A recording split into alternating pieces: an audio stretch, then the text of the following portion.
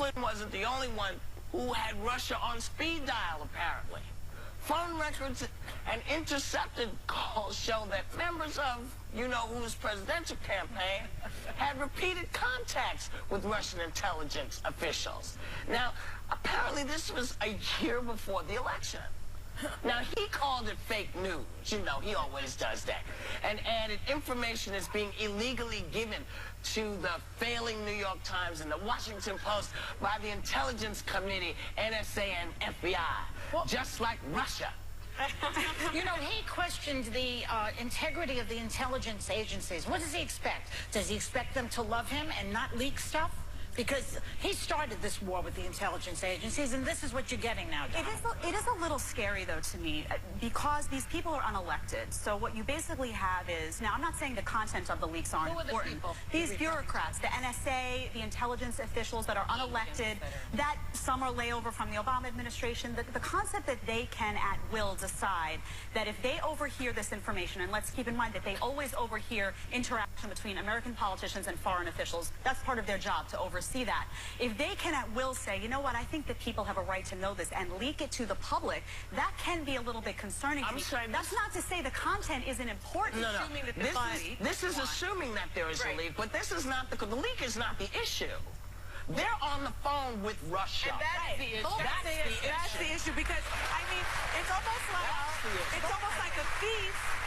It's almost like a thief blaming, you know, the surveillance video for the crime. That's right. There you go. So, right? I mean, isn't that what it's like? So you steal something and you get caught on surveillance and you go, it's that damn surveillance video. Yeah. But that's what the Trump administration is doing. We talked about the leaks, though, even when it came to WikiLeaks, and always saying that the potential is for these leaks to be unverified, unsubstantiated. But we don't know we don't know whether these are leaks. All we do know is that this information has been out there for a while. Michael Flynn's gone, and the fact that they were aware that these issues were present when he took office. Yes. They knew this was a problem. So for me, I just, you know, I actually tweeted something this morning because it pissed me off. It pissed me off. It's like, really, fake news? And so fake. Oh, there it is. Fake news, huh? So fake, Mr. Flynn resigned. Yeah. Wow. Does this mean that all those people you were blaming, because, you know, they tried to blame the Obama administration. They said, well, this is... Remember, Obama put the sanctions in, and the Russians did nothing. Okay? Because they knew they were going to be able to... Go ahead. Go ahead. Well, what I was going to say, and I was asking Jed about this before the show, is the first thing that jumped out at me about this was that Comey felt it was so important leading right up to the campaign to let us know about some emails where they didn't know yet if they were duplicate emails or about the FBI. Against Hillary. Sorry. He felt the need to come and speak out about that leading up in the last 90 days about emails. They didn't know yet if they were duplicate, if they had seen them, if there was anything in them, but we have to let people know.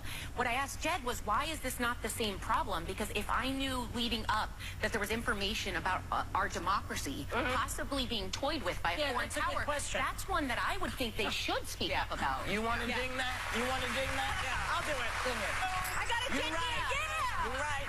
You know what's bothering me is that the Republican Party is not stepping up the way they should.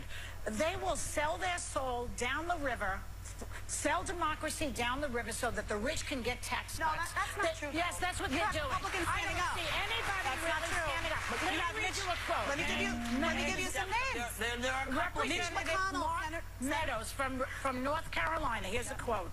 I would rather accomplish something with distractions than not accomplish anything with smooth sailing. They don't care. They don't care. Mitch McConnell, Senator Richard Burr, Senator Mark Warner, John Cornyn, Senator Roy Blunt. They are all out there, and they are saying, you have Jason Chaffetz now investigating Mar-a-Lago. And So what are they going to do? The bottom line is, when I look at this from a prosecutor's viewpoint, this is treason.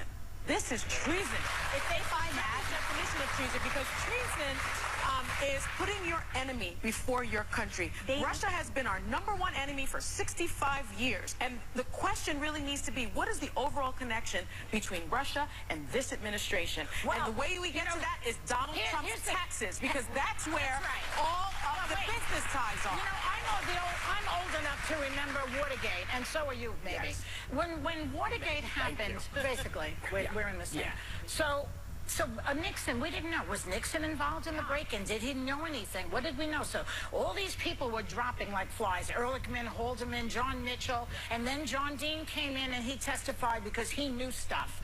And then they found the tapes, and there it was, the smoking gun. Now, what is the smoking gun in this situation? You know what? There needs to be an investigation. Well, they need an investigation so that we can find the smoking gun. Well, they need an investigation, but they need a separate group. Yes, because the group that's in right now, I don't know how conservatives feel, but I would not feel comfortable with the group that's in now investigating themselves. That's now, right. I understand that the conservatives, I understand conservatives, they like they kind of like what they're seeing.